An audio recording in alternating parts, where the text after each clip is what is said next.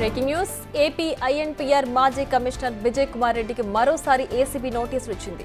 వచ్చే నెల 2వ తేదీన ఏసీబీ ఆఫీసులో విచారణకు హాజరు కావాలని నోటీసులో పేర్కొన్నారు అధికారులు. ఇదే కేసులో విజయ్ కుమార్ ముందస్తు బెయిల్ పిటిషన్ కూడా దాఖలు చేశారు. ఈ కేసు విచారణ ఏప్రిల్ 20వ తేదీకి వాయిదా వేసిన న్యాయస్థానం దీంతో విజయ్ కుమార్ ఏసీబీ విచారణను ఎదుర్కోక తప్పని పరిస్థితి నెలకొంది.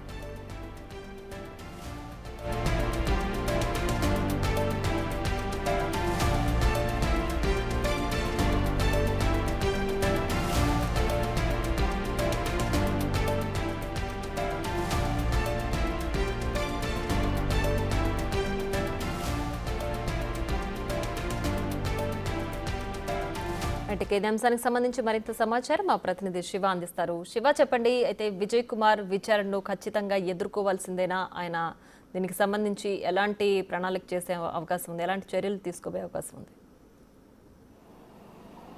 ప్రియా, మొత్తం మీద చూసుకుంటే మాజీ సమాచార శాఖకు సంబంధించిన కమిషనర్గా పనిచేసిన తమ్మారెడ్డి విజయ్ కుమార్ రెడ్డికి ఏసీబీ అధికారులు మరొకసారి నోటీసు జారీ చేశారు. ఇప్పటికే ఆయనకి ముచ్చటగా 3వసారి ఏసీబీ అధికారులు నోటీసులు జారీ చేశారు. గతంలో ఆయనకు ఒకసారి నోటీస్ ఇస్తే ఆ నోటీసుని బేస్ చేసుకొని తనకు అనారోగ్య సమస్య ఉంది, తర్వాత నెల రోజుల తర్వాత విచారణకు హాజరవుతానని చెప్పి ఆయన జవాబిచ్చారు.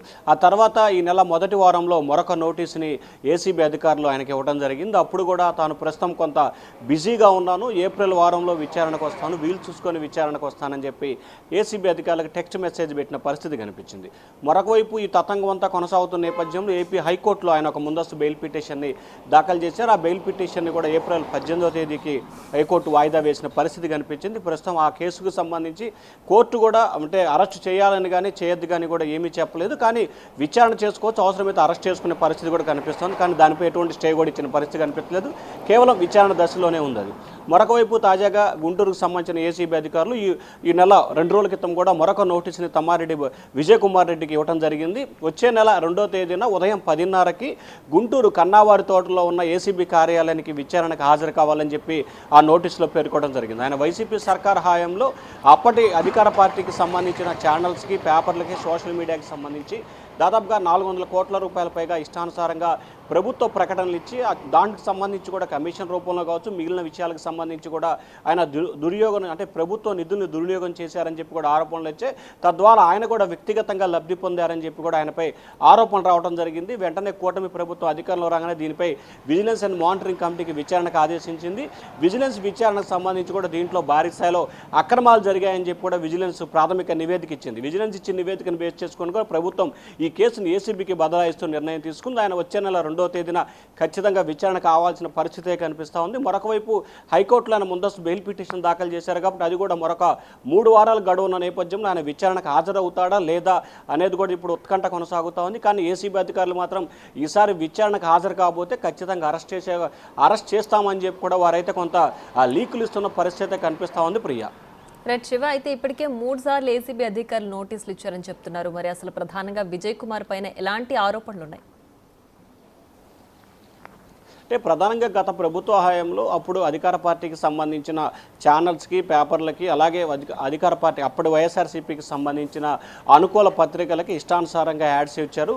ఏదైతే సమాచార ప్రసార శాఖకు సంబంధించిన నియమ నిబంధనల ప్రకారం కాకుండా ఇష్టానుసారంగా ఆయనకు నచ్చిన వ్యక్తులకి, ఆయనకు అనుబంధంగా ఉన్న వ్యక్తులకి, ఆయనతో లాలూచిపడ్డ వ్యక్తులకి ఆయన ప్రకటనల రూపంలో ఇచ్చినట్లు కూడా తెలుస్తూ ఉంది. ఒక పత్రికకి ఛానల్కి 371 కోట్లు, మరొక దానికి 22 కోట్లు, మరొక దానికి 16 కోట్లు, మరొక వాటికి సంబంధించి 20 కోట్లు, ఇట్లా రకరకాలుగా దాదాపుగా 430 కోట్ల రూపాయల పైగా ప్రభుత్వ ధనాన్ని దుర్వినియోగం చేశారని చెప్పి కూడా ఆయనపై ఆరోపణలు రావడం జరిగింది. ఈ ఆరోపణలపై కూటమి సర్కార్ విజిలెన్స్ ఎంక్వైరీకి ఆదేశించడం, ఆ విజిలెన్స్ ఎంక్వైరీ కూడా దీనిపై సమగ్రమైన విచారణ జరిపి తప్పు తేలిందని చెప్పి కూడా నిజాన్ని నిగ్గు తేల్చారు. తేల్చిన తర్వాత ఏసీబీకి విచారణకు ఆదేశించిన నేపథ్యంలో ఏసీబీ అధికారులు మొదటగా గత అక్టోబర్లో ఆయనకు నోటీస్ జారీ చేశారు. అప్పుడు అనారోగ్య సమస్యలతో రాలేనని చెప్పారు. ఆ తర్వాత ఈ నెల మొదటి వారంలో మరొక నోటీస్ ఇచ్చారు, దానికి కూడా రాలేనన్నారు. తాజాగా ఏసీబీ అధికారులు 3వసారి నోటీస్ ఇచ్చారు. వచ్చే నెల 2వ తేదీన గుంటూరు కన్నావారి తోటలోని విచారణ కార్యాలయానికి హాజరు కావాలని చెప్పి ఏసీబీ అధికారులైతే పేర్కొనడం జరిగింది. ఈసారి ఎట్టి పరిస్థితుల్లో విచారణకైతే వస్తారని చెప్పి కూడా ఇటు ఆయన తరపు వ్యక్తులు, అలాగే